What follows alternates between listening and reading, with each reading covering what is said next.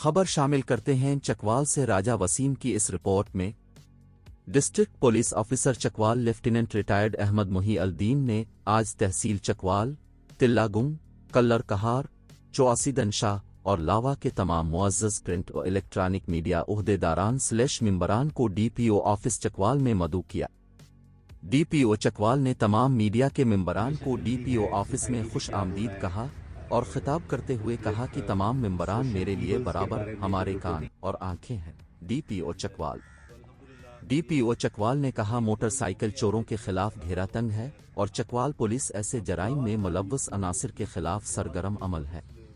कब्जा ग्रुप के खिलाफ भरपूर कार्रवाइयां जारी हैं।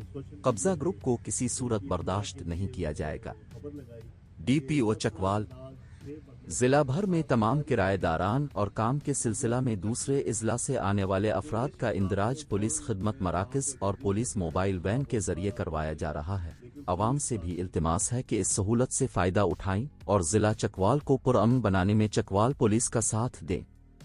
मीडिया मेंबरान से गुफ्तगू के बाद तमाम मुअज़्ज़ज़ मेहमानों के लिए रिफ्रेशमेंट का इंतज़ाम भी किया गया।